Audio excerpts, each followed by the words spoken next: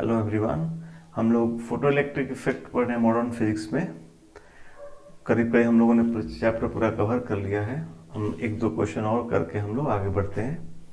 तो आज का क्वेश्चन दो IITS क्वेश्चन करने जा रहे हैं एडवांस के। आप नोट कीजिए।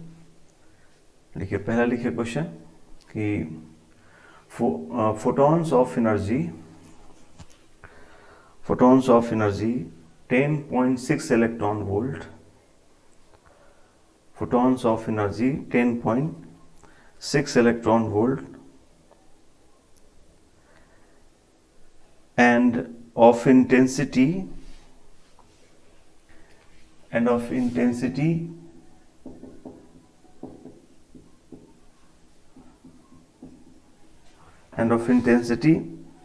2 watt per meter square are incident on a metal surface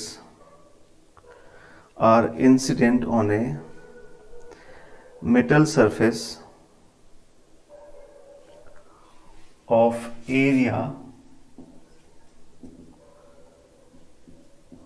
10 per 4 meter square of area 10 per minus 4 meter square and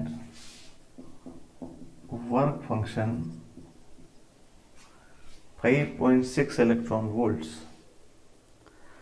Work function 5.6 electron volts. लिखा जाए कि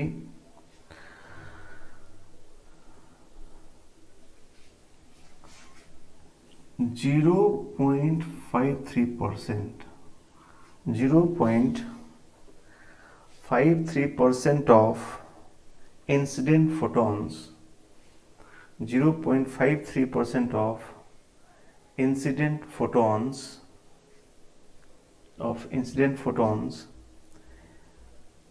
eject photoelectrons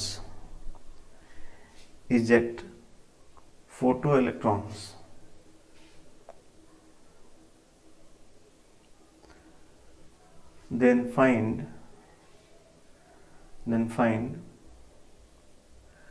number of photoelectrons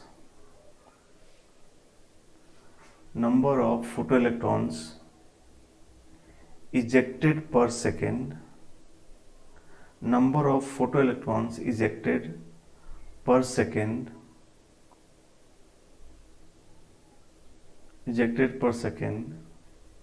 their minimum and maximum energy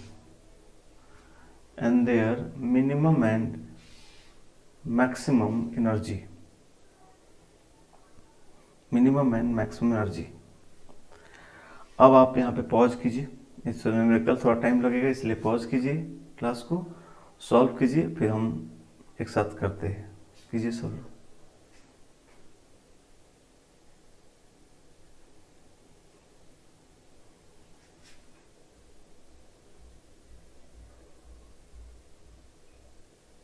तो उम्मीद करते हैं आप लोगों ने पॉज किया होगा और सॉल्व किया, और हम लोग अपना सोल्यूशन मैच करा रहे हैं। हर एक फोटोन की एनर्जी दी हुई है, टोटल इंटेंसिटी दी हुई है, और जितने गिरते हैं उसका इतना ही परसेंट जो फोटॉन्स है वो इलेक्ट्रॉन निकाल पाते हैं। तो पूछा कि कितने फोटो इलेक्ट्रॉन्स इजेक्ट हो रहे हैं, तो हम लोग को निकालना चाहिए कि कितने फोटो इलेक्ट्रॉन्स पहले गिर रहे हैं। सो कितनी एनर्जी गिरी पहले निकाला जाए। इंसिडेंट एनर्जी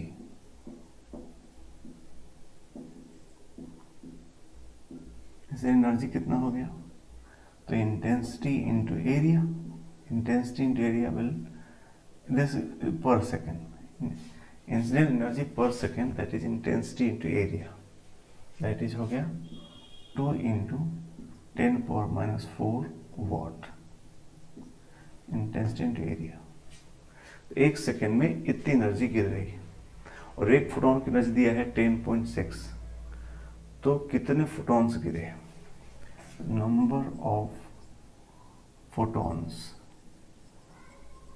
इज इक्वल कितना 2 into 10 power minus 4 upon energy of each photon. कितने फोटॉन्स गिर गए, कहा कितने इलेक्ट्रॉन निकले, तो इसका हमको 0.53% निकालना है। अब देखिए यहाँ पे इसको सॉल्व करना उचित बात नहीं है। हमको क्या नंबर ऑफ फोटॉन्स निकालना है क्या? नहीं, हमको नंबर ऑफ फोटो इलेक्ट्रॉन्स निकालना है। तो जब ऐसा क्वेश्चन तो कैलकुलेशन हमेशा लास्ट में करना चाहिए, ताकि एक साथ ही जो करना हो कर जाए, या कुछ कटना कट जाए, है ना। बीच में स्टेप वाइज कैलकुलेशन नहीं करना है, सजाते से अंत में ले आओ, उसमें फिर एक साथ कैलकुलेशन करो।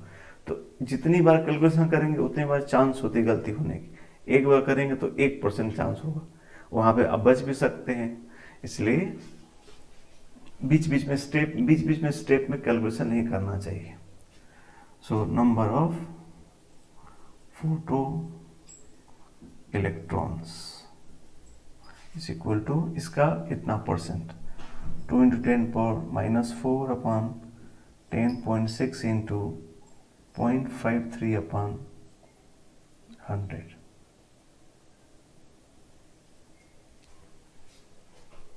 इतने हुए।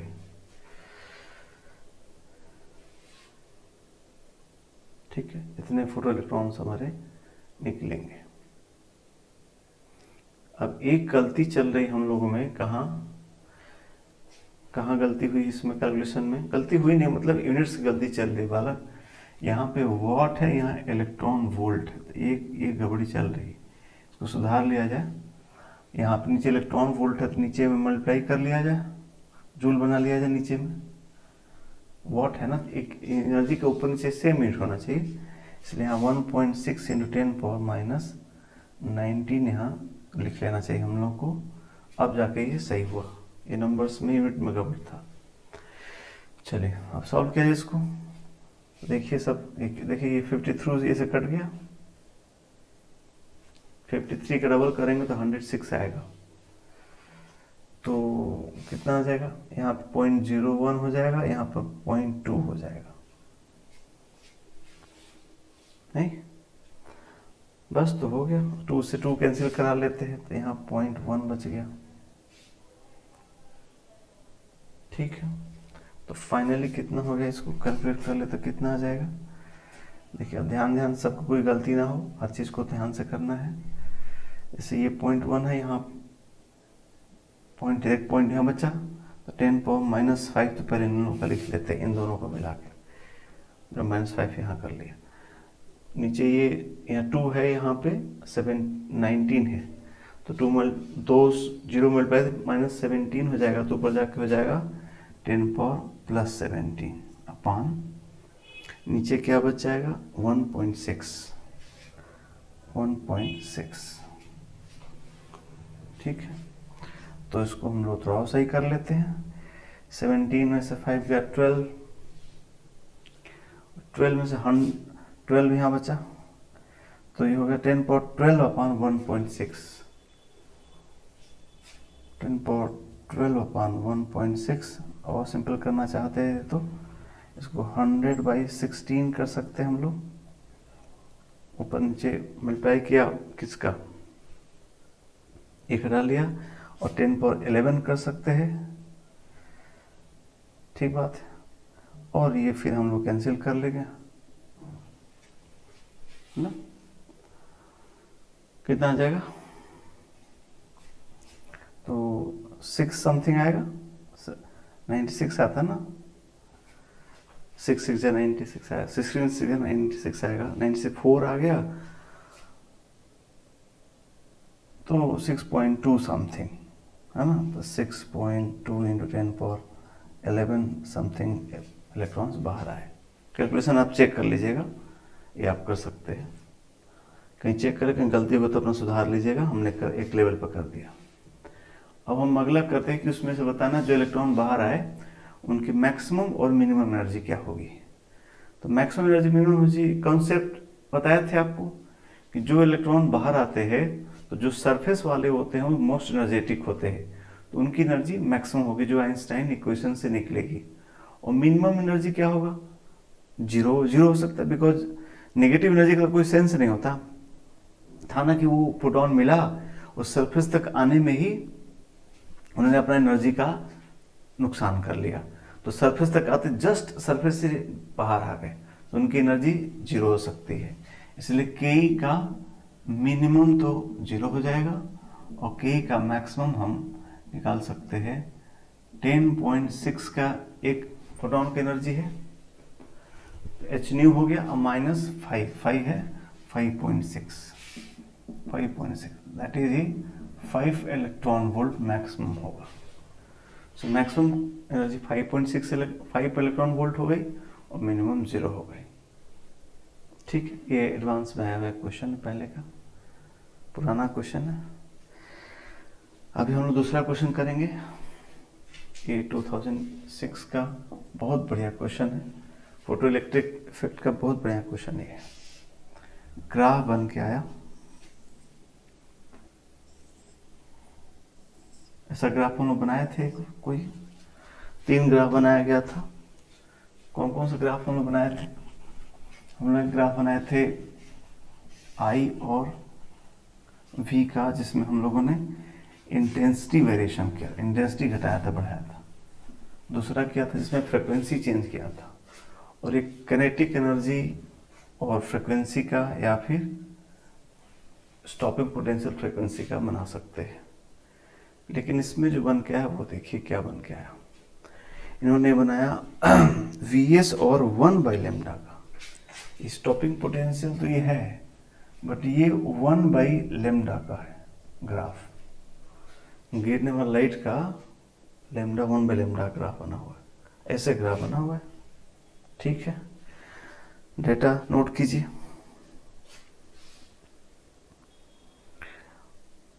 ये सब दिया हुआ है, ये दिया है 0.001, 0.002, 0.005, 5 नहीं 4, ये 4 दिया, 0.004 यूनिट्स नैनोमीटर में है। ये जो 1/λ है नैनोमीटर माइनस पावर 1/λ की वैल्यू दी गई है नैनोमीटर। ये डाटा दिया है। अब लिखिए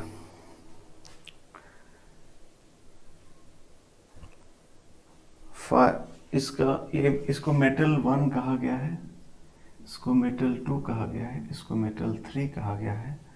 और 4 ऑप्शंस दिए गए हैं और वो मल्टीपल मोर देन 1 है answers, more than 1 correct question का आंसर है। इसलिए थोड़ा करिएगा अपने ध्यान से। कहा कि 5:1 ratio 5:2 ratio 5:3 is 1:4। B option है 5:1 ratio 5:2 ratio 5:3 ratio is 4:1। 2 option A है।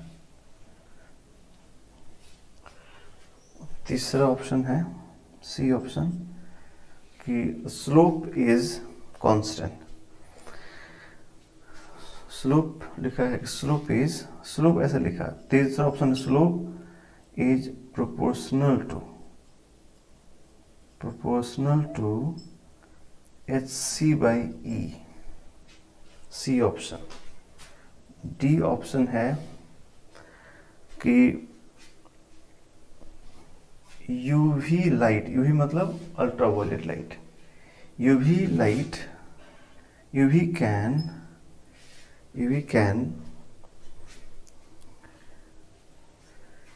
emit electrons from M2 मतलब मेटल 2, ये वाला metal 2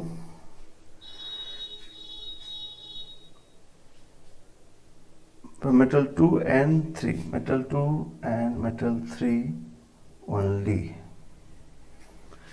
UV can emit photoelectrons from metal 2 and 3 only. ये क्वेश्चन है, अब आप लोग अपने से कीजिए।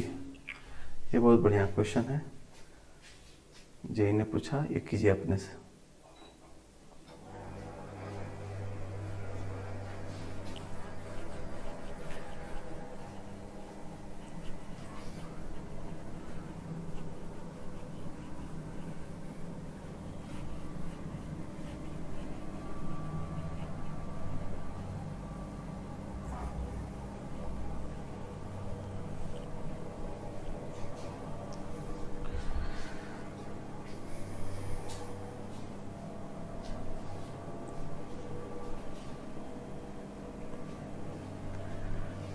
उम्मीद करते हैं पॉज किए होंगे और क्वेश्चन सॉल्व किए होंगे। नहीं किए तो पॉज कीजिए, सॉल्व कीजिए, तभी सोल्यूशन हमारे साथ मैच कराइए।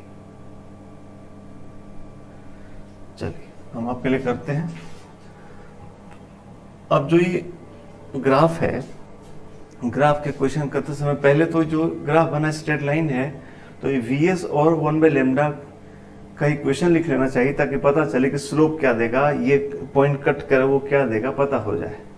इसलिए पहले हम लोग ये जो फंक्शन इसको लिख लेते हैं क्या है। EVS जो होता है हम जानते हैं hc/λ माइनस फाइव होता है, हम लोग बहुत कई बार पढ़ लिया आइंस्टाइन इक्वेशन, ये चीज होता है।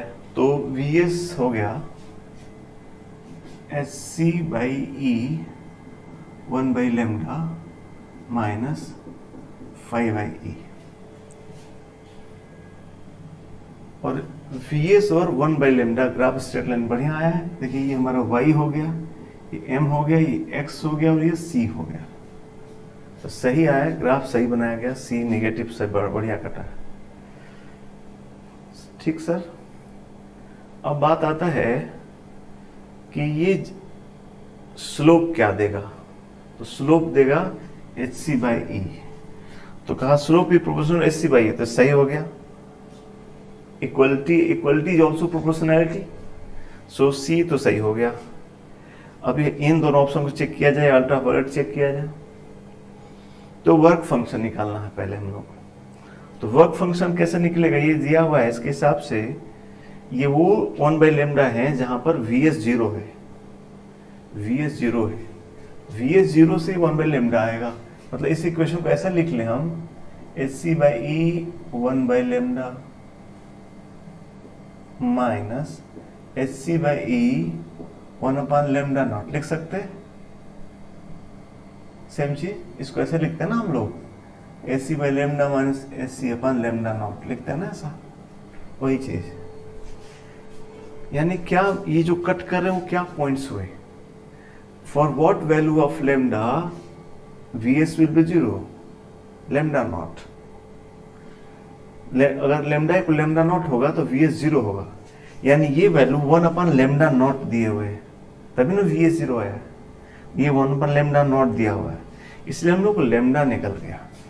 λ1 कितना हो गया, 1/λ0 इज 0.001, तो 1/001 दैट इज कितना हो गया, 1000 हो गया।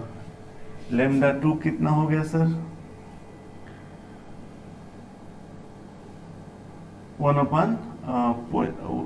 ये 500 हो गया। कैसे, 1/002, 1/002 दैट इज 1000/2, दैट इज कितना 500।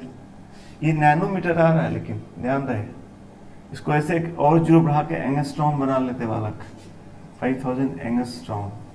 और λ3 हो गया इस तरह से अपना 1000/4, दैट इज 2500 एंगस्ट्रॉम। हालांकि इसको फाई निकालने के लिए इसका जरूरत नहीं है, बस डी ऑप्शन में जरूरत पड़ेगा, इसीलिए मैंने निकाल लिया। तो फाई तो सीधे निकल गया था। कैसे, फाई ये 1/λ0 की वैल्यूज है, और फाई होता है हम लोग का कितना, फाई होता है hc/λ0, नहीं तो 1/λ0 तो सीधे वैल्यू पुट कर देंगे। यानी ये अगर इनका रेशियो ही हमारा क्या रेशियो होगा, फाई का रेशियो हो जाएगा। Phi proportional to 1/λ0 and 1/λ0 is given, this is 1/λ0, 1/λ ऐसे दिया हुआ है, बस सीधे हो गया कि 5:1 रेशियो, 5:2 रेशियो, 5:3 इज 1:4, यानी आंसर हो गया पहला, ए आंसर हो गया फाई का रेशियो। अब लास्ट ऑप्शन, इसीलिए मैंने लैम्डा निकाला। Ultraviolet rays electrons emit कर सकती हैं किससे, 2 और 4 से, ओनली 2 and 4 से। तो ये क्या कहना चाहते हैं, अल्ट्रा वायलेट रेज का वेव का आपको फ्रिक्वेंसी पता होगा। देखिए 4000 से 7000 एंगस्ट्रॉम होता है क्या, विजिबल लाइट। इसके इधर होता है अल्ट्रा वायलेट, इसके ऊपर होता है रेड कलर। मतलब इनका कहना है कि 4000 से कम वेवलेंथ वाला जो लाइट गिराएंगे तो वो मेटल 2 और मेटल 3 से इलेक्ट्रॉन्स एमिट करा सकता है। और हम जानते हैं इलेक्ट्रॉन्स एमिट कराने के लिए ज़रूरी है कि इंसिडेंट फोटोन की वेवलेंथ उसके वर्क फंक्शन से कम हो ताकि एनर्जी ज़्यादा हो। तो 4000 से कम कुछ गिरा रहे हैं तो ये है कितना 1000, इससे तो निकाल देगा बिकॉज 4000 से कम वाला तो इससे स्ट्रॉन्ग है, ज़्यादा एनर्जी का है। 5000 से भी निकाल देगा, लेकिन ये तो है कितना 2500 है। तो अब 4000 के नीचे तो 3000 भी तो कोई चीज़ होता है, 3500 भी तो कोई चीज़ होता है। तो ज़रूरी नहीं है कि 4000 से जो संख्या कम हो 2500 से भी कम हो। तो 2 से तो ज़रूर निकाल देगा, 3 से निकालना ज़रूरी नहीं है, इसलिए ये ऑप्शन गलत हो गया। डी ऑप्शन नहीं होगा, आंसर सिर्फ ए और सी होगा। ये क्वेश्चन जैसे हमने अभी ये डी ऑप्शन आपके लिए किया, ये हम आप क्लास में बात कर रहे हैं तो लगता ठीक है, बात तो सही है, बट एग्जाम हॉल में ये सब चीज़ें बहुत कष्ट देती हैं। क्योंकि आपको जब पता होता कि इसके बिना मेरा सारा नंबर कट जाएगा, इसको नहीं सही होगा, और ये बाकी 3 ऑप्शन आपके हो चुके, चौथे ऑप्शन में फंसे हुए हैं और लग रहा कि ये होगा और ये नहीं होगा, कहीं मैं गलत तो नहीं सोच रहा हूँ, बस वहाँ पे सब तमाशा हो जाता है। For that you need a strong practice at home. घर में जितने स्ट्रांगली प्रैक्टिस ज़्यादा क्वेश्चन करेंगे उतने इन चीज़ों से कॉन्फिडेंस आपका बढ़ेगा। ठीक है, चलिए, तो हम लोगों ने ये क्वेश्चन आपके लिए यही कर दिया और हम लोग फोटो इलेक्ट्रिक इफेक्ट अब फिनिश करता हुआ मानते हैं। अब आप इसके असाइनमेंट सॉल्व कीजिए, इसके डाउट क्लियर कीजिए। अब हम लोग आगे बढ़ेंगे, अगला टॉपिक पढ़ेंगे मॉडर्न फिजिक्स का, that is wave nature. Heading डालिए, अगला टॉपिक हेडिंग डालिए, देखिए wave nature of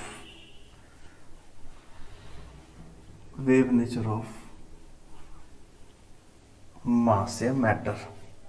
wave nature of matter भी लिख सकते हैं, वेव नेचर ऑफ मैटर पढ़ने जा रहे हैं हम लोग।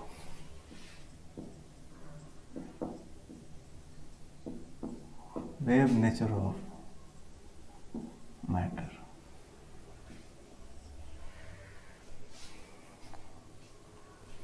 ये एक बहुत बड़ा कॉन्सेप्ट है जो कहा जाता है कि क्लासिकल फिजिक्स और क्वांटम फिजिक्स के बीच का एक लिंक है कहा जाता है, बिकॉज डी ब्रॉगली नाम के साइंटिस्ट ने ये एक हाइपोथेसिस दिया,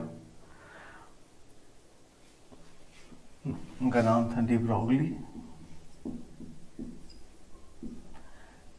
नाम के साइंटिस्ट ने एक हाइपोथेसिस दिया और ये भी एक नोबेल अवार्डेड थ्योरी है। 1929 में आइंस्टाइन के बाद इनको इस पे नोबेल प्राइज, ये जो थ्योरी पढ़ने जा रहे हैं नोबेल प्राइज थ्योरी फिजिक्स की, इसमें डी ब्रॉगली ने कहा कि उन्होंने एक्चुअली सिमिलरिटी देखा कि जब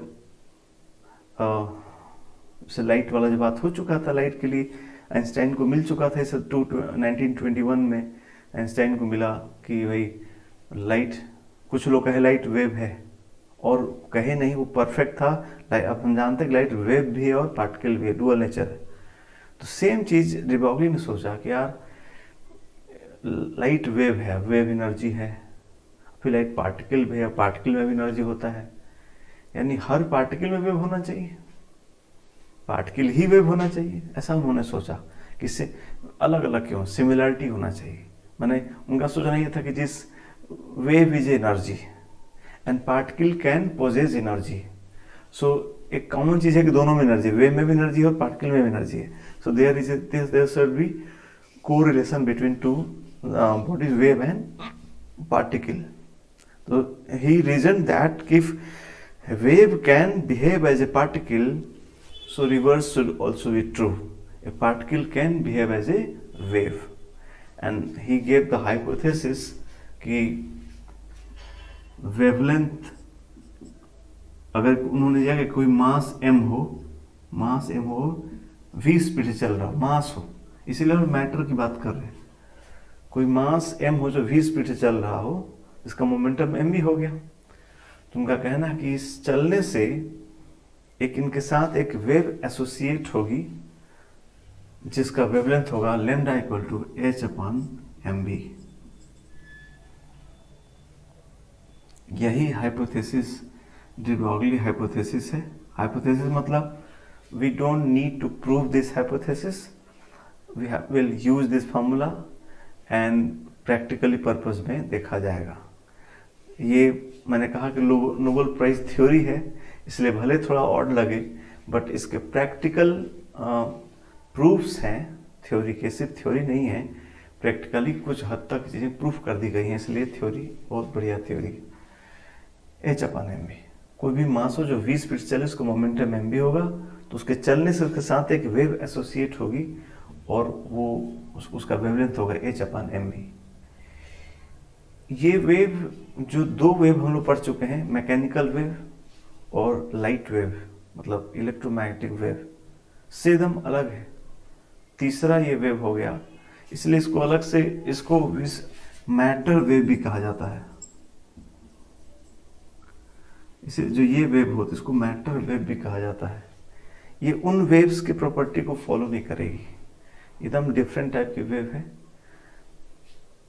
इसके बाद में हम लोग वेव इसका वेव फंक्शन के सब नहीं बात करना हम लोग को हमारे जो क्लास 12th लेवल पे जो पढ़ा इसमें सिर्फ ये मैटर वेव है तो मोमेंटम और वेवलेंथ का रिलेशन ही हमको पढ़ना है, ये बात हो गई। लेकिन जो सबसे महत्वपूर्ण बात हुआ डी ब्रॉगली ने किया, जो बीच का झगड़ा खत्म कर दिया आइंस्टाइन और वेव वालों में। आइंस्टाइन के हिसाब से फोटोन पार्टिकल है, वेव नहीं है। एक फोटॉन्स को तो उन्होंने पार्टिकल माना और वेव नहीं माना। So if something is not a wave, how can that body will have wavelength? मैंने आइंस्टाइन हमेशा इस बात से लड़ते थे, कोई कहा कि द वेवलेंथ ऑफ फोटोन, तो ही के ऑब्जेक्शन माय ऑब्जेक्शन क्या कि since this photon is not a wave we cannot assign a wavelength. So but this fellow de Broglie ने ये झगड़ा खत्म कर दिया। उन्होंने कहा कि सर मैंने कुछ किया है, देखिए आइंस्टाइन, और ऐसे हमने फॉर्मूला लिखे और सर ये फोटोन पे भी लगेंगे, फोटोन पे भी लगेगा। और आपके हिसाब से आप फॉर फोटोन्स आइंस्टाइन के हिसाब से P was E by C, so इन्होंने कहा कि if I am true then the wavelength of photon should be H upon P, and then P equal to E by C, and hence E is equal to HC by lambda। तो ये D Broglie ने कहा HC by lambda। Einstein को तो Einstein कहता कि E equal to h nu, Einstein के हिसाब से E equal h nu, HC by lambda वो मानते नहीं थे। और न्यू कहा जो फोटोन को बनाया उस ऑसिलेटर का frequency.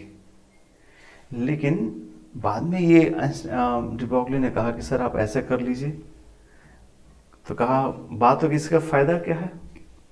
The most amazing fact about this hypothesis is that कि suppose this much energy of photon को किसी ने पार्टिकल माना, तो उन्होंने एनर्जी निकाल के एच न्यू रख दिया।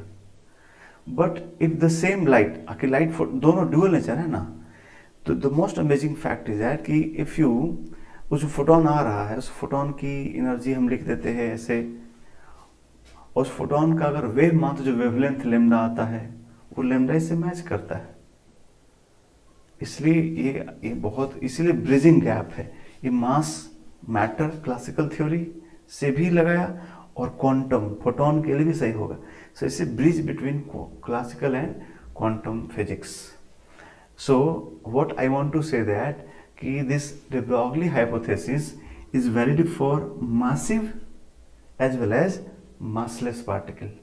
मास वालों पे भी ये फॉर्मूला सही है और मासलेस यानी फोटोन पे भी फॉर्मूला सही है.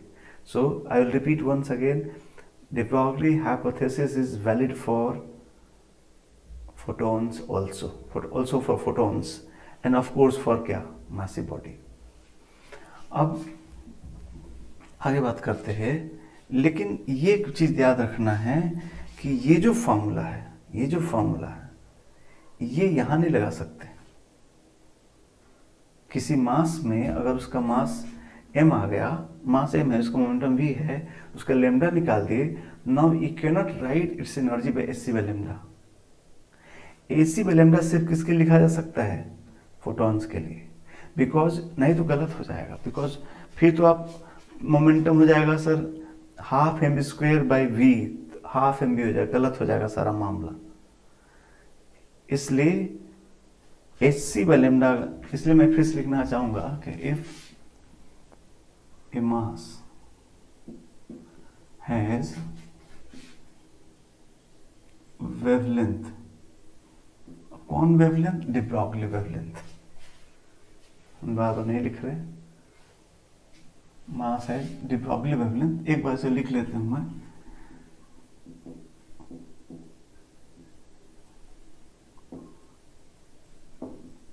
इसको de Broglie wavelength कहा जाएगा. मास है de Broglie wavelength lambda, then how to write its energy,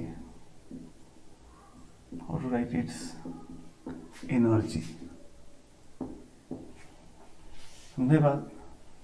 तो मैं पहले लिखना चाहूंगा कि ये आप बड़ा नहीं लिखोगे, ये पहले तो गलत हो जाएगा ऐसा लिखना. तो क्या सही होगा, तो एनर्जी हम लिखेंगे मोमेंटम का square by 2m, mechanics. Momentum p square by 2, momentum half m square हो जाता है ना ये बात. और फिर ये हो जाएगा h बाई लेमडा का square upon 2m. So it is h square upon, कितना हो जाएगा सर, 2m लेमडा स्क्वायर.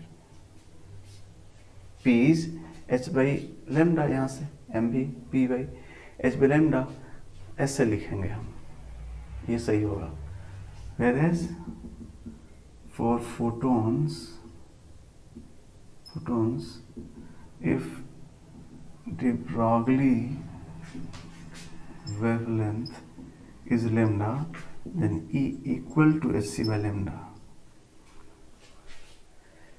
तो फोटॉन्स की वेवलेंथ को एक्चुअली de Broglie वेवलेंथ कहा जाता है, बट कोई वेवलेंथ कह दिया तो झगड़ा नहीं करेंगे, है ना. आइंस्टाइन मान के चलो ठीक है भाई, तो ये एनर्जी हम ऐसे लिखेंगे. ठीक बात है. चलिए, तो हमने शायद आपको मोमेंटम की बात, इतनी बात है, de Broglie वेवलेंथ इतनी बात है. कुछ क्वेश्चंस और कुछ कंडीशंस है जिस पर हम जरूर बात कर लेंगे, अदरवाइज नया कुछ नहीं है. ठीक है. चलिए, अब कुछ इंपॉर्टेंट बातें समझिए. देखिए, बात यह है कि जब हर चलता हुआ मास में वेवलेंथ है, वेव है, तो आखिर हम इसको वेव महसूस क्यों नहीं कर पाते, देख क्यों नहीं पाते. या हम ऐसा तो कभी नहीं देखे कि हम दौड़ रहे हैं तो हमारे साथ वेव भी दौड़ रहा है या वेव भी है, ऐसा तो नहीं दिखता हमको. तो इसका वजह ये नहीं है कि वहाँ वेव नहीं है. ये बात से हम लोग को बाहर आना है. हम लोग इंसान है और इंसान का वेव का जो ऑब्जर्वेशन है उसकी लिमिट्स है. जैसे साउंड है तो 20 से 20,000, 20 to 20,000 हर्ट्ज का जो लॉन्गिट्यूडनल वेव है वही इंसान को सुनाई देता है. तो इसका ये मतलब नहीं हुआ कि इसके अलावा कोई साउंड ही नहीं होता. 20,000 से ऊपर भी साउंड होता है, उसको अल्ट्रासोनिक बोलते हैं, और 20 हर्ट्ज से नीचे भी होता है, उसको इंफ्रासोनिक बोलते हैं. आज इस धरती पर 20,000 से ज़्यादा सुनने वाले लोग हैं. लोग मतलब इंसान नहीं, और भी तो जीव हैं जो सुन सकते हैं. और 20 हर्ट्ज से नीचे भी सुनने वाले लोग हैं, है ना. बहुत सारे जानवर हैं जो दोनों रेंज में सुनते हैं. तो लेट अस नॉट बी कि हाँ जो हम सुनेंगे वही होगा बाकी नहीं होगा, ऐसा नहीं कहना है. नहीं तो फिर तो बड़ा अजीब हो जाएगा. आप जिस रूम में जहाँ बैठ के आप क्लास देख रहे हैं, पढ़ रहे हैं, यहाँ से आपके मोबाइल पर, आपके स्क्रीन पर ये वीडियो चल रहा है ना, बट इस सिग्नल कहाँ से आ रहा है? आपका कहीं से अटैच तो नहीं, सिग्नल कहाँ से आ रहा है? हवा में से आ रहा है, आपका मोबाइल या आपका जो सेट है वो पकड़ रहा है, तो वो वेव तो आप नहीं देख रहे, सीधा स्क्रीन पर देख रहे हैं। आप जिस रूम बैठे हैं यहाँ पे हर टेलीविजन का सिग्नल एग्जिस्ट करता है, हर रेडियो यहाँ बज रहा है, बस आपका पास एक इंस्ट्रूमेंट हो जो उसको कन्वर्ट कर दे आपके सुनने योग्य या आपके देखने योग्य के रेंज में। So let us not think कि जो हम नहीं सुनेंगे वो साउंड नहीं होगा, जो हम नहीं देखेंगे वो लाइट नहीं होगा। हम तो एक छोटा सा हिस्सा देखते हैं, इसीलिए हम लोग धरती पे छोटे हिस्से हैं। हालांकि इंसान ने धरती पे अपने को ही सबसे बड़ा माना है, और ये गलत है। हम उम्मीद करते हैं कि जब हम कहें कि आवर प्लेनेट, इस आवर प्लेनेट में सारे जीव जंतु भी शामिल किए जाएं। आवर प्लेनेट हम सिर्फ लगता है इंसानों का प्लेनेट है, बट भगवान ने ऐसा नहीं बनाया है। उन्होंने काट दिया हम लोग, आप इतने देखोगे, इतने सुनोगे, बाकी हमारे और जानवर और जीव देखेंगे, बिकॉज भगवान को सभी उतने ही प्यारे हैं। Okay, come to the point. So it's not that कि हम दौड़ते हैं तो we don't observe wave, so there should not be wave. अरे who we are, we have a limited range of observation for sound and light. So although there may be, हमारे दौड़ने से wave होगी, but that is not audible, that is not visible to us, but there are waves, है ना। And science has practically proven this terms. They have accelerated different charged particles and they have found the wavelength and it matches with the formula. So it is the moment I said it's a Nobel Prize awarded theory, we should not object or शक नहीं करना चाहिए कि ऐसा कैसे होगा। ऐसा होता है, हमारी सोच, हमारा लिमिटेशन अभी छोटा है, इसलिए हम नहीं देख पा रहे। आगे पढ़ाई होगा और समझेंगे तो बाकी हम देख भी सकते हैं। Okay, let us come to the point. I will go for some different types of question जो फिक्स है, उतने ही आते हैं, उनको देख लीजिए। जैसे एक क्वेश्चन, हम कुछ क्वेश्चन के थ्रू आपको चीजें बता रहे हैं। लिखिए कि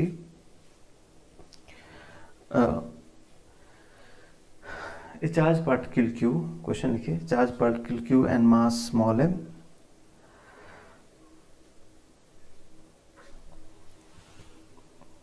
charge particle q and its mass small m is accelerated through voltage v, is accelerated through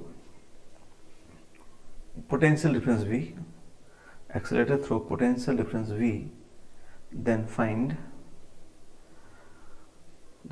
the de Broglie wavelength,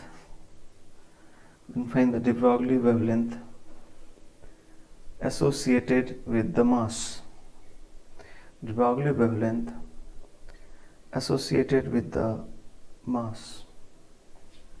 कैसे करेंगे वाला? मास m का एक चार्ज है q, उसको v वोल्ट से एक्सलेट कर दोगे तो उसको कितनी एनर्जी मिल जाएगी? qv, नहीं, दिस विल बी इट्स क्या, एनर्जी, बस। और हम मोमेंटम को लिख सकते हैं √2km, आप लोग पढ़ते थे, मैं एनर्जी ई लिख दिया हूँ। ई काइनेटिक एनर्जी होना चाहिए, ध्यान रहे, ये काइनेटिक एनर्जी होना चाहिए। 2km ही लिखते हैं, कंफ्यूजन ना हो, 2km। So wavelength is equal to h upon lambda, h upon p, p is √2 into qv into m। एक तो एक क्वेश्चन होता है, अक्सर छोटे छोटे हमेशा क्वेश्चन आते हैं कि एक्सलेट कर दिया ऐसा तैसा होगा।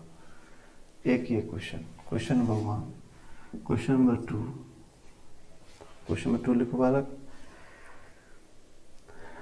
लिखो कि पहले, अच्छा क्वेश्चन लिख लो जरा, लिखो कि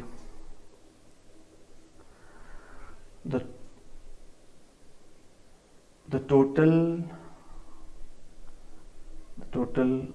energy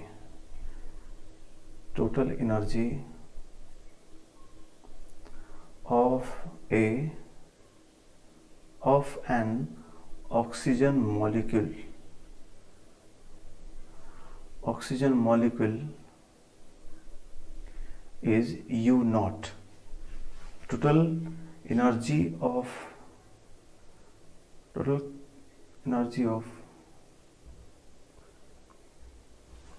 oxygen molecule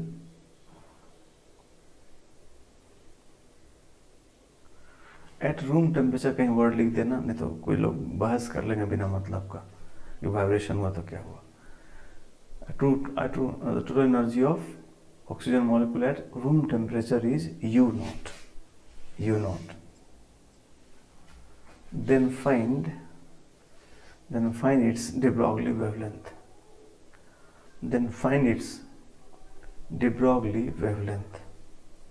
ये थोड़ा टिपिकल चीजें जरा सीख लो, मैं करता हूँ. क्वेश्चन सोल्यूशन लिखने से पहले बालक यहाँ आप note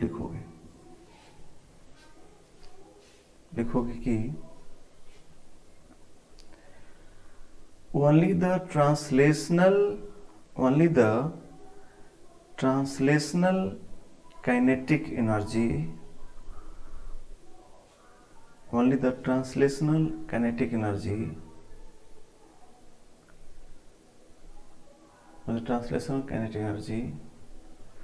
of gas molecules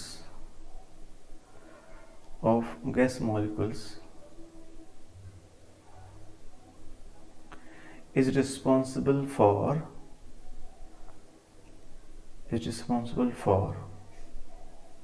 the de Broglie wavelength.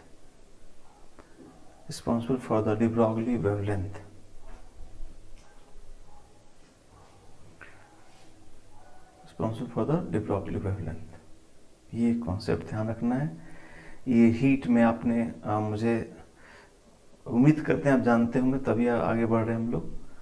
आपको शायद ये पता होगा कि ऑक्सीजन मॉलिक्यूल है तो इसमें 5 डिग्री फ्रीडम होते हैं, 3 ट्रांसलेशनल के लिए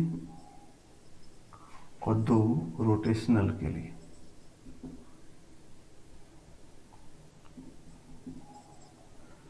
पांच डिग्री फ्रीडम होते हैं. ठीक है, तो 5 तरीके के, मतलब 3 XYZ में चलना, 3 ट्रांसलेशन हो जाता है और 2 रोटेशन होता है. वो आगे की बात है, अभी इतना समझिए. तो इसमें से सिर्फ जो ट्रांसलेशनल हिस्सा है, रोटेशन होने से लीनियर मोमेंटम नहीं मिलेगा आपको. जैसे अगर आपके सीलिंग फैन चल रहा है तो इसका भले इसका मोशन हो रहा है, काइनेटिक एनर्जी है, बट इसमें लीनियर मोमेंटम जो है, इसका सेंटर मास रेस्ट पे है. तो इसका भले इस मोशन की वजह से नहीं होगा, मोशन की वजह से de Broglie wavelength नहीं है, लीनियर मोमेंटम की वजह से है. So if A ceiling fan is rotating at whatever speed, it has no linear momentum, so it has no de Broglie wavelength, है ना. So the rotational part does not contribute to that de Broglie wavelength. Only the translational part use होगा. सो जो पांच तरीके की energy मिला कितना U not, तो 3 तरीका वाला ही देगा. तो हम ऐसा समझेंगे सोल्यूशन में कि 5 डिग्री कॉरस्पॉन्डिंग एनर्जी कितनी है, U नॉट है, तो 3 डिग्री कितना होगा, तो हो जाएगा कितना सर, 3/5 U नॉट. ये एनर्जी यूज होगा.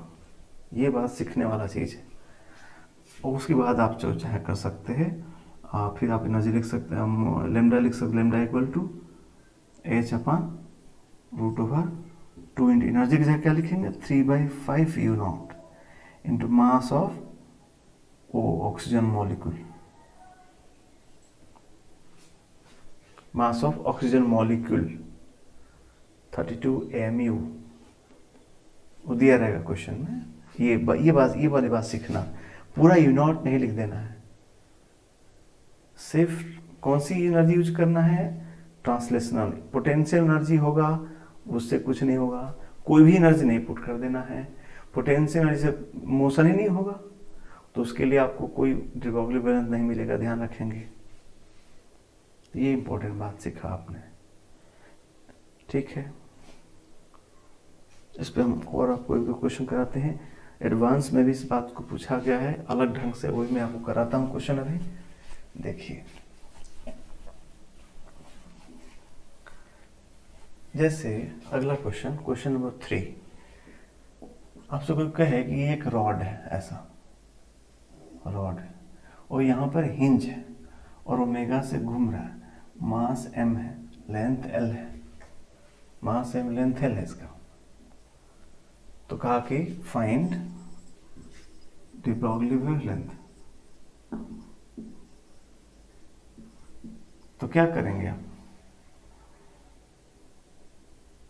अब ऐसे तो कहते मैं तो आपको कंफ्यूज करने के लिए ऐसे दूंगा कि रॉड एक घूम रहा है ऐसे और काइनेटिक एनर्जी के नॉट है, ऐसे ऐसे दूंगा ताकि कंफ्यूजन हो आपको। तो आप काइनेटिक एनर्जी में ये के नॉट नहीं लिख सकते। ओमेगा देखे हम के नॉट, यही क्वेश्चन करते हैं, के नॉट दिया कसकर डिबॉल में बताइए, तो आप यहाँ के नॉट नहीं लिख सकते बिकॉज दिस के not is rotational energy. Rotational energy, हमको एनर्जी में ट्रांसलेशनल चाहिए था, या हम लिनियर मोमेंटम जानना चाहेंगे। तो कैसे जानेंगे इसका मैं सोल्यूशन आपके लिख रहा हूं। तो अगर आप जानते होंगे शायद, के नॉट मतलब काइनेटिक एनर्जी होता है हाफ आई ओमेगा स्क्वायर। आखिर ओमेगा निकालने की कोशिश चल रही है हमारी, और आई अगर आपको पता होगा रॉड का इस एंड के अबाउट होगा, तो हाफ आई की जगह लिखेंगे ml square by 3 omega square. जानते होंगे रॉड का इसके अबाउट मोमेंट ऑफ इनर्शिया होता है ml स्क्वायर बाई 3। सो के नॉट इज इक्वल हो गया ml square omega square by 6।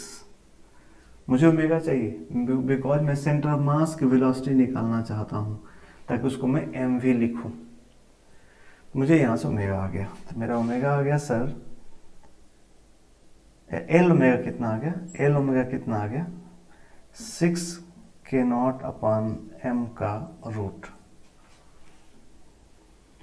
6 के नॉट अपॉन m का रूट, ये आ गया omega.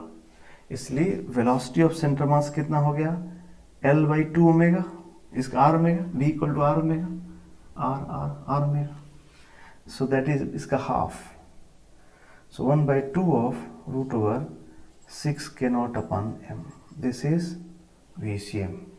Now I'll write the Broglie wavelength as lambda equal to h upon m VCM. h upon m VCM is m into VCM. ये VCM है तो m by 2 यहाँ हो जाएगा into root over 6 k naught upon m। इसको थोड़ा सा simplify कर ले अगर हम, तो 2 पर चले जाएगा, 2h upon root over m को रूट के अंदर कर दे 6 के नॉट m।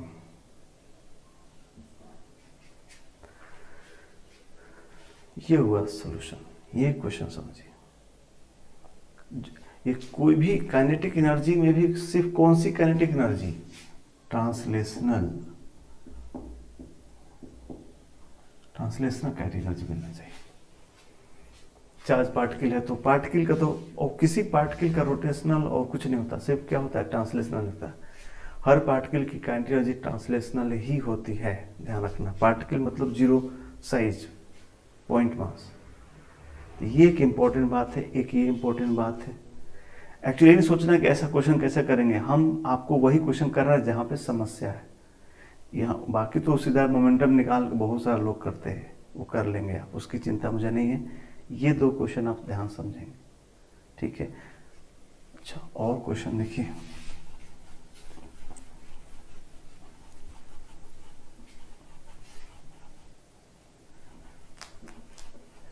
जैसे देखिए IIT JEE 2005 का क्वेश्चन है, इंटीजर बेस्ड क्वेश्चन है।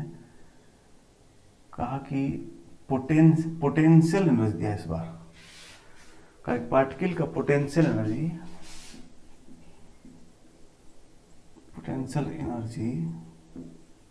दिया है E नॉट फॉर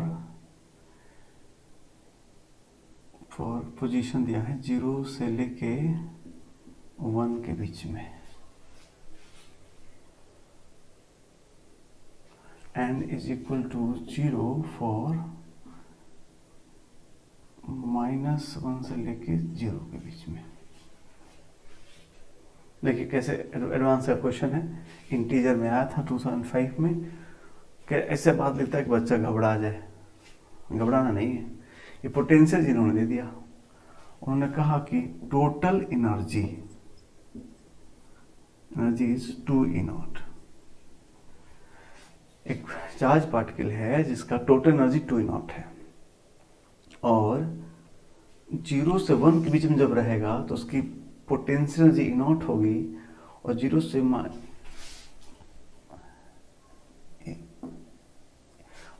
से 0 के बीच में रहेगा तो उसका पोटेंशियल 0 रहेगा।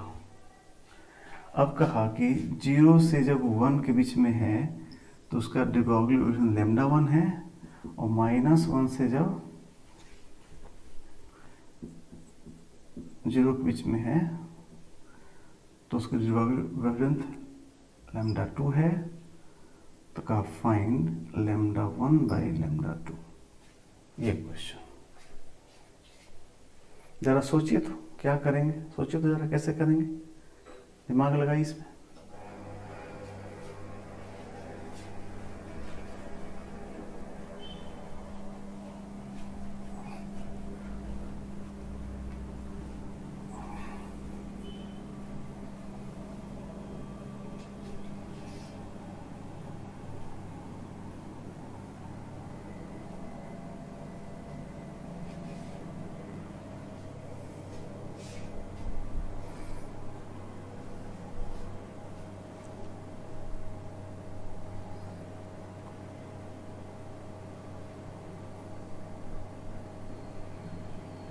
ये कुछ सोचे, ऐसे देखे घबरा नहीं जाना बालक, बहुत सिंपल है। देखो टोटल एनर्जी कितनी है 2E0, तो हमको टोटल एनर्जी नहीं लिखना, हमको सिर्फ ट्रांसलेशनल काइनेटिक एनर्जी लिखना है। ये चार्ज पार्टिकल है, पार्टिकल है तो कहा कि मैंने कहा आपसे अगर पार्टिकल है तो पार्टिकल रोटेट नहीं करता, उसमें लेफ्ट राइट और साइज नहीं होता। जिसका साइज 0 होता है उसका रोटेशनल नहीं होता, रोटेशन नहीं होता। तो पार्टिकल पॉइंट जब वर्ड करेगा तो जो काइनेटिक एनर्जी होगी वो प्योर ट्रांसलेशनल ही होगी। सो इसलिए λ1 बोलो क्या लिखोगे, λ1 बोलो क्या लिखो, H/mv मतलब 2 इंटू काइनेटिक एनर्जी। जब हम 0 से 1 के बीच में पार्टिकल चलता है तो वहां पर पोटेंशियल E0 है, और टोटल एनर्जी कितना है 2E0। तो potential plus kinetic, potential plus kinetic is क्या, टोटल। तो टोटल 2E0 है, अब पोटेंशियल E0 है, इसलिए वहां काइनेटिक कितनी हो गई, E0 हो गई। इसलिए हम क्या लिखेंगे E0 इंटू m, और λ2 क्या लिखेंगे बालक, λ2 मतलब इस जोन में, इस जोन में आओगे तो पोटेंशियल 0 है, तो पोटेंशियल 0 है तो जो एनर्जी होगी प्योरली काइनेटिक ही होगी, यानी जो एनर्जी मतलब टोटल एनर्जी प्योरली काइनेटिक है। तो अब हम लैम्डा इक्वल क्या लिखेंगे, H/2 इंटू 2E0/m। समझे बात। फिर इन दोनों का रेशियो पूछा था तो निकाल देंगे, है ना, इसका रेशियो निकाल लिया जाएगा ऐसा करके। सो ये चीजें ऐसे ही हुए। अब ऐसा पोटेंशियल नहीं लिखना है, टोटल एनर्जी नहीं लिखना है, ट्रांसलेशनल काइनेटिक लिखना है, बस ये बात ध्यान रखना होगा, ठीक है। चलो ये 2019 मेंस का क्वेश्चन है। कई क्वेश्चन चूंकि 8 पेपर होते हैं तो एक जैसे 8 में आया है, कभी कोलिजन ऐसे कराया, कभी ऐसे कराया, कोलिजन करा करा क्वेश्चन आया। तो हम ये एक करते जो ज़्यादा इंटरेस्टिंग था, ये कहा कि दो पार्टिकल्स है, दो से एकदम सिमिलर पार्टिकल्स है, 2 सिमिलर पार्टिकल्स राइट एंगल पे से आए। इसका वेवलेंथ λ1 था चलने का, इसका था λ2, और इन्होंने आपस में यहाँ पर कोलिजन किया। कैसा कोलिजन, ऐसा किया कि दोनों स्टिक कर गए, चिपक गए आपस में, कोलिजन का कैसा चिपक गए। तो कहा कि जो इसके बाद जो होगा उसका लैम्डा क्या होगा, ये λ1 से आ रहा है, λ2 से आ रहा है, टकराने के बाद दोनों चिपक गए, तो जो कंबाइंड मास होगा उसका लैम्डा क्या होगा इन टर्म्स ऑफ λ1 एंड λ2। सोचो जरा, करो तो। कीजिए इसको।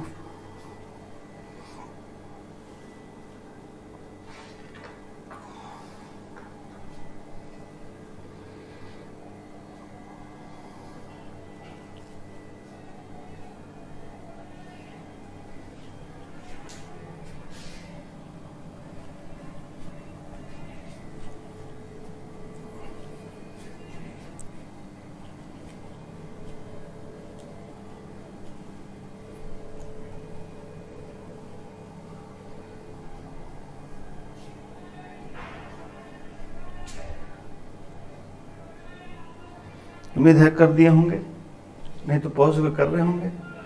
क्या करेंगे, इसका मोमेंटम p, इसका मोमेंटम p मान लेते हैं, तो ऐसा स्टिक कर जाने से एनर्जी का लॉस हो जाता है, बट मोमेंटम तो हमेशा कंजर्व होता है। तो इसका मोमेंटम p डैश मान लेते हैं। मोमेंटम कंजर्व करा दिया जाए। कैसे कराया जाए, इनिशियली दोनों का जो वेक्टर सम है फाइनल बराबर होगा। ये आप चाहो तो रिजॉल्व कर सकते हो, बिकॉज ये कंबाइन मास ठीक बीच से होकर जाएगा 45 डिग्री 45 डिग्री से, तो आप चाहो तो ऐसे रिजॉल्व कर सकते हो, ऐसे ऐसे। यानी इस वर्टिकल दिशा मोमेंटम जीरो था, जीरो रहेगा, बढ़िया।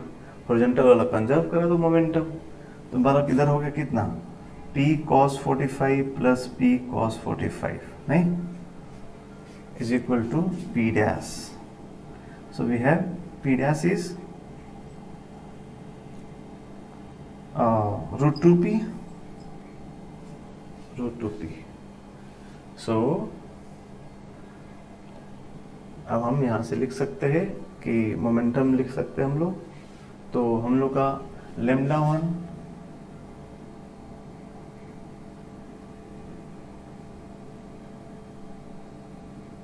वन को क्या ले सकते हैं, h अपान p, दोनों अलग अलग दिया है, दोनों का मोमेंटम अलग अलग दिया है, तो गड़बड़ हो गया ना अलग थोड़ा सा। ये तो सेम नहीं है, अलग दिया है, इसका जरूर कुछ मोमेंटम अलग अलग होगा ना, p1 p2 लेना पड़ेगा ना, तभी तो लेमडा वन लेमडा टू दिया है, गड़बड़ हो गया।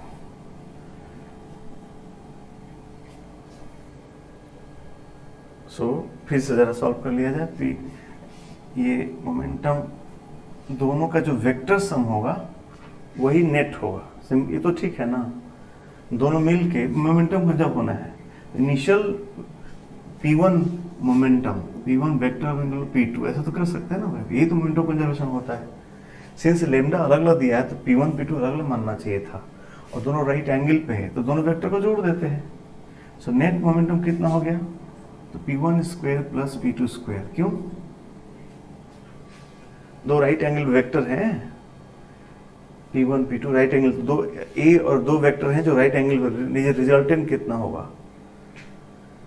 तो a square plus b square equal to क्या हो गया, फाइनल p जो स्क्वायर था, जो इसका मोमेंटम हमने p मान लिया, पता नहीं किधर हुआ, उससे क्या मतलब, ऐसे करना चाहिए था।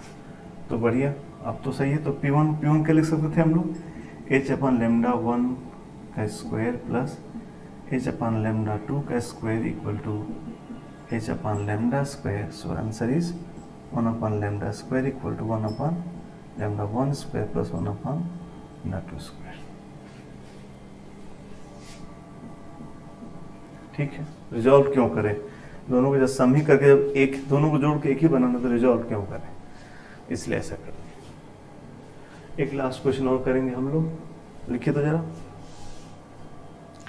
लिखिए कि energy of a photon and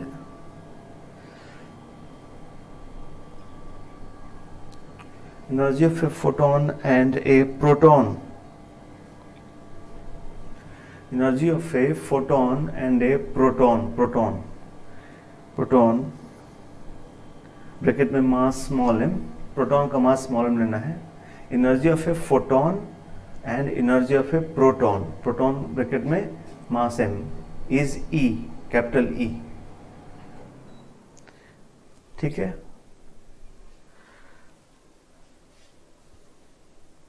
Find the ratio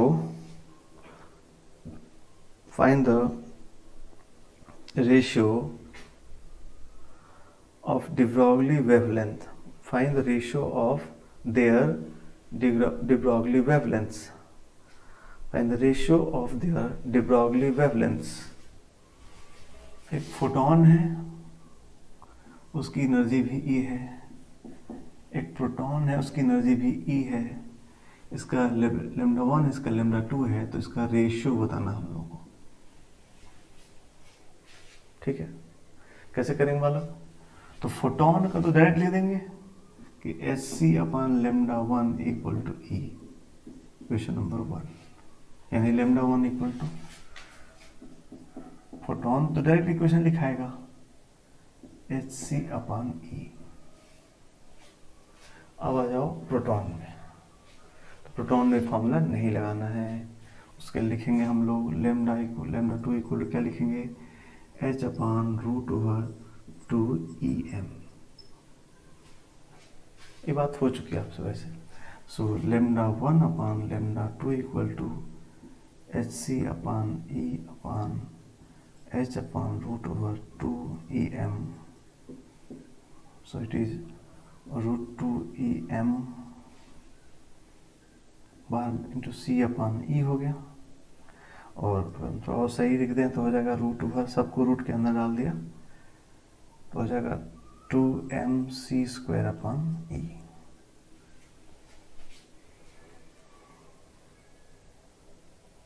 ठीक है, ये देखिए.